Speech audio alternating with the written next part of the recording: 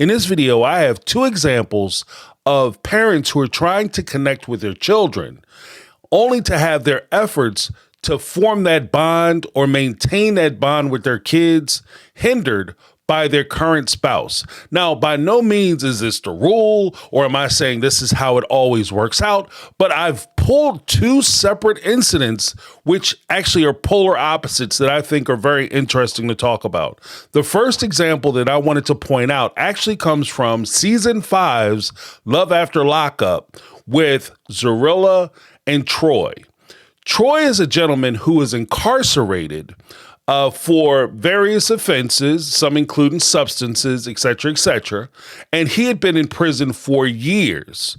During his time of incarceration, he was married to Zarilla, who just so happened to be with a previous inmate, broke up or divorced that inmate so that she could marry Troy. After his release, Troy wanted to reconnect with his daughter, who just so happens to also be named Troy. But as it turns out, they live in different parts of the state. So in order for him to be able to see his daughter, he has to be able to, one, maintain and establish a relationship with his former girlfriend, now baby mama, I guess we could call it in fairness. He had to be able to establish a relationship with her so that she could help to facilitate any visit that he would have with his daughter. Now, the specific instance that I wanted to talk about actually happened much later in the season, where Troy and Zarilla, who run a nonprofit that was kind of struggling for money, but they were running a nonprofit which was failing. And part of their push to try to save this nonprofit business was for them to have a community day. Now, Troy, wanting to see his daughter, had invited his daughter down for community day because it was going to be all kinds of rides and foods and things like that at this particular event. His wife decided that today is my anniversary, because they were married apparently on the same day as this event, and she wanted to make it about her. So in an effort to make the entire day about her, she set it up so that when Troy was supposed to go to the train station to pick his daughter up, who was accompanied by his mother, Zarilla, his wife, came up with all kinds of tasks that they needed to take care of. They needed to go get brochures. They needed to go help set up at the community day. They needed to go down and have conversations. And on the way to the brochure place, she's arguing and fussing and fighting with him instead of him going to get his child. His child, mind you, is already at the train station waiting to be picked up. Zarilla, his wife, tells him, oh, well, we have to go get brochures. We can't go to the train station right now. Troy, don't play with me. So they go to get the brochures. After they get the brochures, a little leaflets or whatever, pass outs for this event. I don't know why they didn't already do this. You could have picked it up the day before or a couple days before the event. Why did you wait till the morning of is ridiculous to me. It shows me how poor planned and poor executed you are as a business person, first and foremost. But secondly, why would you set that up to where you have to pick this up on the day of the event, knowing full well his daughter is coming into town to visit and you guys have to go pick her up? So that was completely ridiculous. Once she picks a fight in the brochure place, she decides to kick him out of the car and tells him to get home however. So now they're at the brochure place, which is nowhere near the train station. She kicks him out of the car. He has to make his way back to the church so he can get the car that they share so he can go drive and pick his daughter and his mama from the train station. Once he gets to the back to the church, he talks to Zarilla, says, hey, I got to go pick up my daughter. Zarilla tells him that he can't leave because community day is more important. At this time, he gets mad and does what he does and walks off and talks huffs and puffs and hoops and holler, calls his mom, who at this point, nerves are frayed, and she has been sitting at this train station with his daughter for 4 hours. They get on the train. She tells Troy, I'm going home. We're not sticking around anymore. We are done. Now, she sat out there literally half a day's work. She's doing a part-time job trying to make sure that he can see his daughter, and he had the temerity to not show up for that event. The next day, Troy's baby mom comes into town, and she wants to have a conversation with him about what happened the day before and how to move forward. Troy, per usual, stands outside. He's smoking on the devil's grass. Get himself nice and zooted up before he goes to have this meeting with his baby mom, the custodial parent, about visitation with his daughter, because nothing says responsibility like showing up to a meeting with the other parent high or drunk. So he goes, blowed out his mind, sitting in the car talking about how she's crazy, the baby mama crazy, how she's out of mind, effing baby mama, she's stupid, this ridiculous, etc., etc., etc. He gets there with his wife in tow, who has nothing but attitude for this woman, sitting there trying to be quiet. The baby's mom approaches them and says, look, we should have this conversation between the two of us before we start bringing other people in. We have to come to an understanding as parents before we start to involve other people, which is completely understandable. Troy starts flipping out, talking about my daughter, my daughter, my daughter.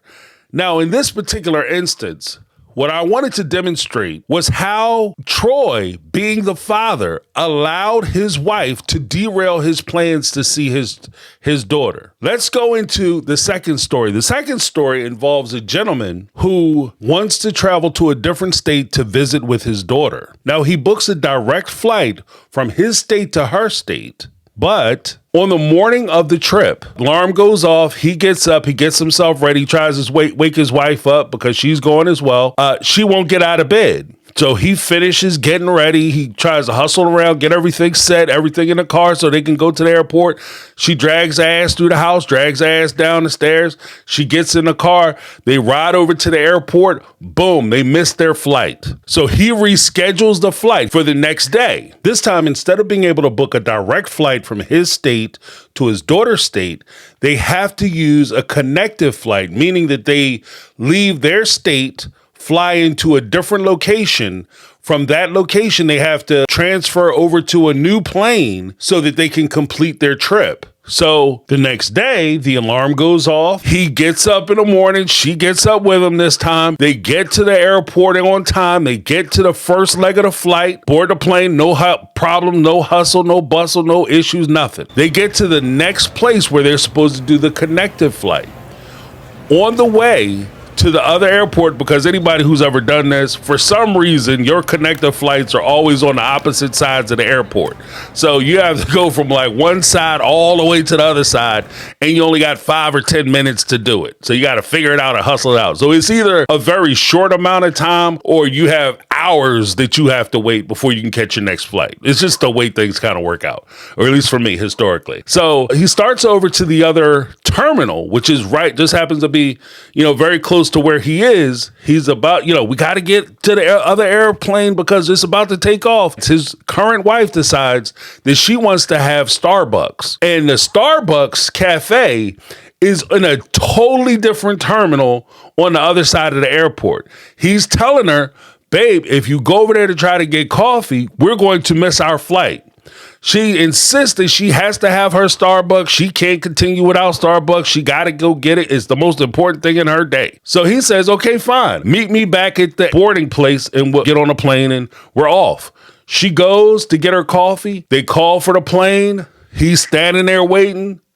They get ready to close the door. He waits and waits and waits. Right before they close the door, he gets on the plane and he leaves his current wife in the airport at the connective terminal. They already flew in, so they're not even in their home state. She apparently jumps on TikTok and describes the situation and essentially says that she is willing to divorce him for leaving her at the airport. Now, clearly, these are two different types of stories. In one instance, the baby father, or the dad in this case, allowed his spouse to interfere with his visit with his daughter.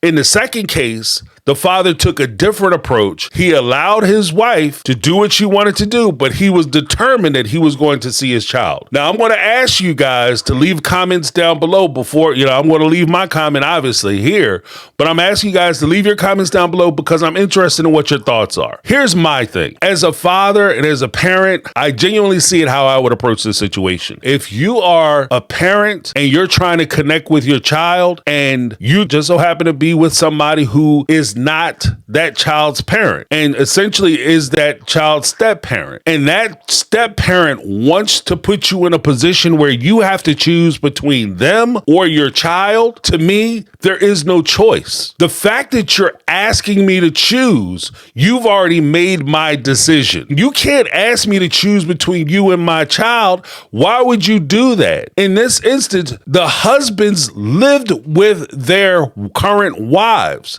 There's no reason for you to be jealous about me going to spend time with a person whom I don't have the privilege of seeing every day. In the first instance with Troy and Zarilla has a son from a different man who lives in the home with her now husband, Troy. Troy takes care of that young man as though that's his son. So in that particular case, you have me sitting here taking care of your son. Meanwhile, when I want to see my daughter, it's a problem. The problem I have with Troy is that he's flipping out saying that his baby mom is being unreasonable and how can she stand in the way of him visiting his child? You're mad at the wrong damn person. One, you should be mad at yourself first and foremost, because I don't care if you had to catch a Uber, you had to walk your ass to the train station, you had to catch a bus, you had to sprout wings out your back and fly over there.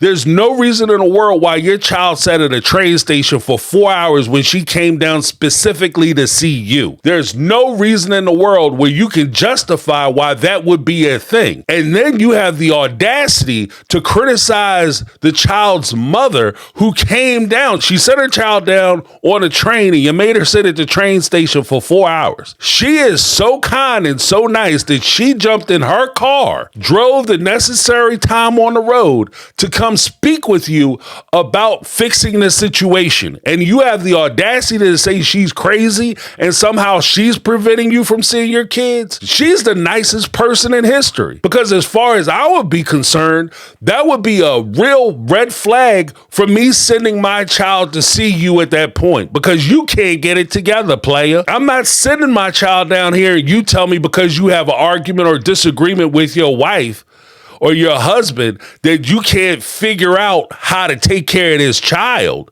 And now keep in mind, in this particular instance, Troy's child, I think is at the time was like 4 or 5 years old, 6 years old. So it's not even as though you're sending a teenager down there who can pretty much take care and do for themselves.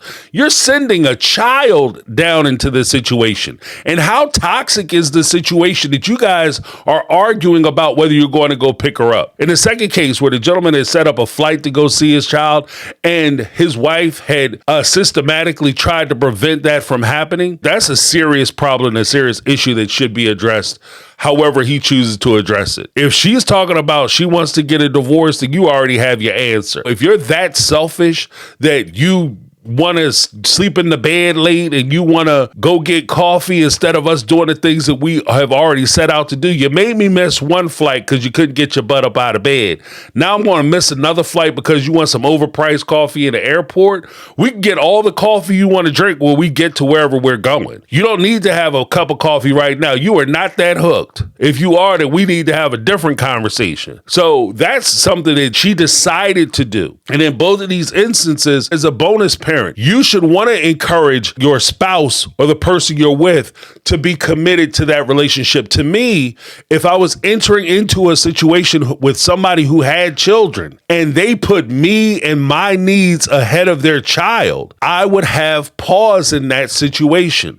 Why? Because what that tells me is that if we were to have kids in the future or at some point, you would put my kid on pause especially if we're not together and things don't work out between the two of us, or something happens to me and you have my child and you start dating somebody else. That tells me that you have a history of putting your partner ahead of your responsibilities. So it's not just about you making me happy and our coupling. It's also about, if we grow as a family, what are you most likely to do? And the best predictor of telling what somebody will do is by looking at what they have done. That's my two. I just want to put this out there and see what you guys think. Let me know. If you guys like this kind of content, give me a thumbs up. Let me know that you like this kind of content, and I'll look for other things that we can talk about online. Thank you guys so much for listening. If you got this far, go ahead and give me that thumbs up. Let me know you appreciate it. That's my take. I'm James. This has been My Take on Reality, and I'm out. I've been living life right like I